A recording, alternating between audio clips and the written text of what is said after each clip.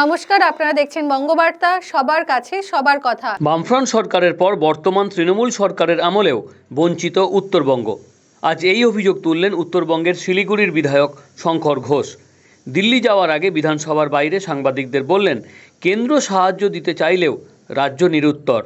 আমরা উত্তরবঙ্গের বিধায়করা বিভিন্ন দপ্তরের মন্ত্রীদের সাথে এর আগেও যোগাযোগ করেছি, এবারও যোগাযোগ করব। মূলত উত্তরবঙ্গের মানুষের দাবি দেওয়া নিয়ে, যেখানে সরাসরি কেন্দ্রের সরকার সহযোগিতা করতে পারে।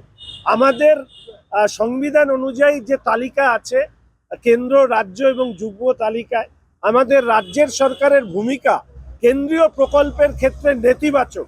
ফলে সেই জায়গায় দাঁড়িয়ে আমরা চেষ্টা করব যেখানে সরাসরি কেন্দ্রের সরকার সহযোগিতা করতে পারে এইরকম কিছু বিষয় যাতে আমরা পেতে পারি, সেগুলোকেই তুলে ধরবার জন্য আমরা কেন্দ্রের সরকারের কাছে আবেদন করব। কারণ আমরা মনে করি যে উত্তরবঙ্গ অনেক ক্ষেত্রে কেন্দ্রীয় প্রকল্পের ক্ষেত্রেও তাদের যে চাহিদা, সেই চাহিদাটাও কিন্তু দীর্ঘ।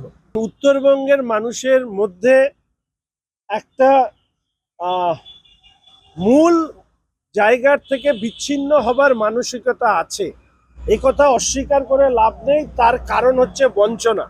কিন্তু একথা মাথায় রাখতে হবে, ভারতীয়